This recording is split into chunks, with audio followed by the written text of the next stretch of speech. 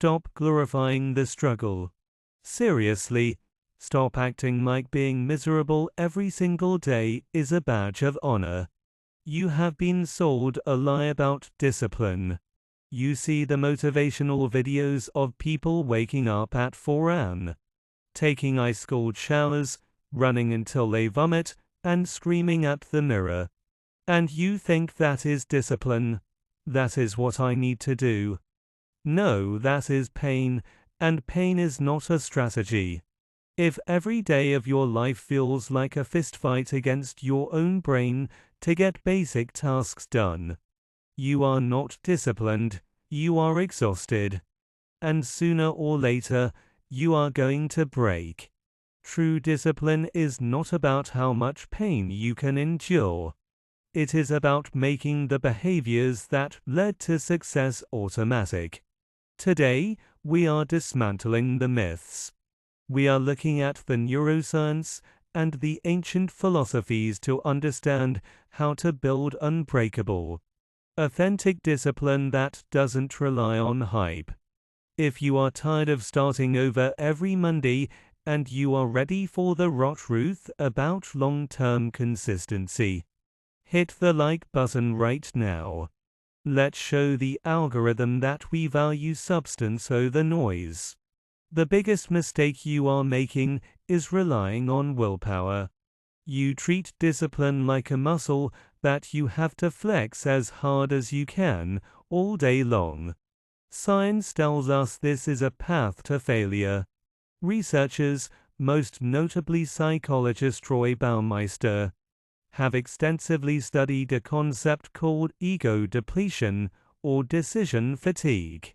Here is the reality: your willpower is like the battery on your phone.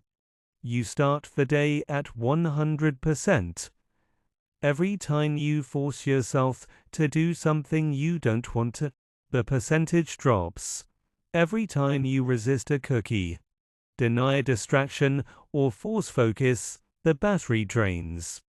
By 6 p.m., your battery is at 5%. And that is when you skip the gym. That is when you order the junk food. The people you admire, the titans of industry, the elite athletes, they do not have a bigger battery than you. They just use it less. As James Clear writes in his essential book, Atomic Habits, you do not rise to the level of your goals. You fall to the level of your systems. True discipline is not about having the willpower to resist the donut sitting on your desk. True discipline is having a system where the donut never ends up on your desk in the first place. It's about environmental design. It's about removing the need for constant choice. If you have to debate with yourself every morning about whether or not to work out, you have already lost. The disciplined operator doesn't make a decision. The decision was made last night. They just execute the program. Stop trying to be a hero with your willpower. Start being an architect with your environment. This leads us to the deepest level of discipline. It is not about what you do. It is about who you believe you are. Most people try to change their behavior from the outside in. They say, I want the result of having ABS, so I will try to go to the gym. This is shallow discipline.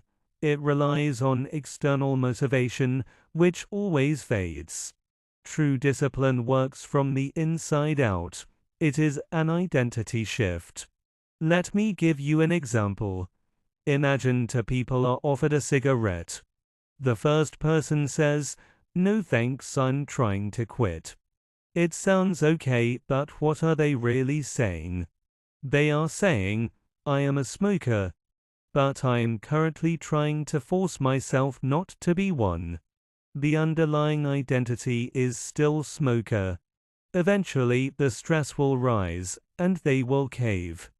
The second person says simply, no thanks, I don't smoke. It's a small difference, but it changes everything.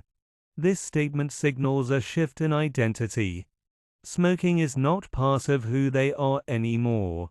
There is no internal debate needed.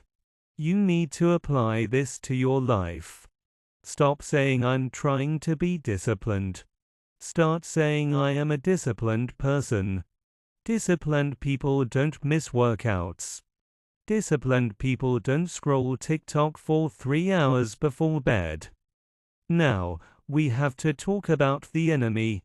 Why is this identity shift so hard in the modern world? Because your brain has been hijacked. We live in an economy of distraction. Everything around you, social media, fast food, streaming services, is engineered by smart people to trigger your dopamine receptors instantly and effortlessly. Your brain is wired to seek the path of least resistance toward a reward. Why would your brain want to sit and read a complex book for an hour when scrolling Instagram gives it a hit of dopamine every 3 seconds? True discipline in the 21st century is the ability to embrace boredom. In his book Deep Work, Cal Newport argues that the ability to focus without distraction is becoming the rarest and most valuable skill in our economy. Discipline means retraining your brain's reward pathways. You have to teach your brain that the high dopamine, low-effort activities are cheap and unfulfilling. You have to learn to sit in the quiet. You have to learn to tolerate the friction of starting a difficult task without immediately reaching for your phone to soothe the anxiety. The disciplined person knows that the real gold is found on the other side of boredom. The amateur seeks entertainment. The professional seeks engagement.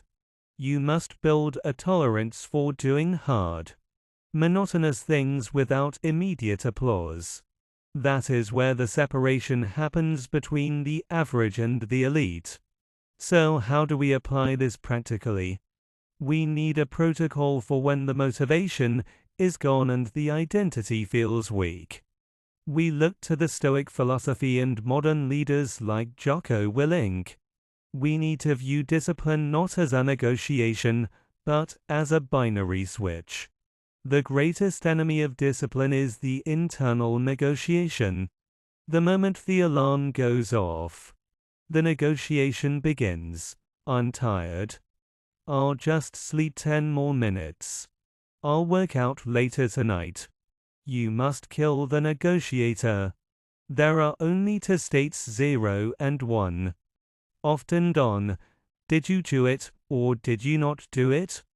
The Roman Emperor Marcus Aurelius, the ultimate Stoic, struggled to get out of bed. In his personal journals, he wrote to himself at dawn, "When you have trouble getting out of bed, tell yourself, I have to go to work as a human being. Is this what I was created for? To huddle under the blankets and stay warm?" He doesn't negotiate with his feelings. He reminds himself of his duty. When you feel resistance, do not engage with the feeling. Do not try to rationalize it away. Instead, take immediate physical action. Mel Robbins calls this the 5-second rule. If you have an impulse to act on a goal, you must physically move within 5 seconds, or your brain will kill the idea. When the alarm goes off, you have 5 seconds to put your feet on the floor.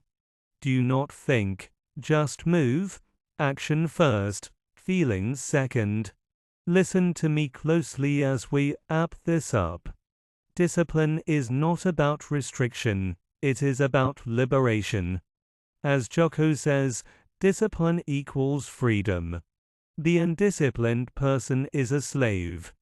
They are a slave to their impulses, a slave to their moods, a slave to the easiest option available to them at any given moment. They have no control over their destiny because they have no control over themselves. The disciplined person is free. They are free because they are in control. They get to choose the life they want to live. And they have the tools to build it. Brick by brick, day after day. It will not be easy to rewire your brain and shift your identity.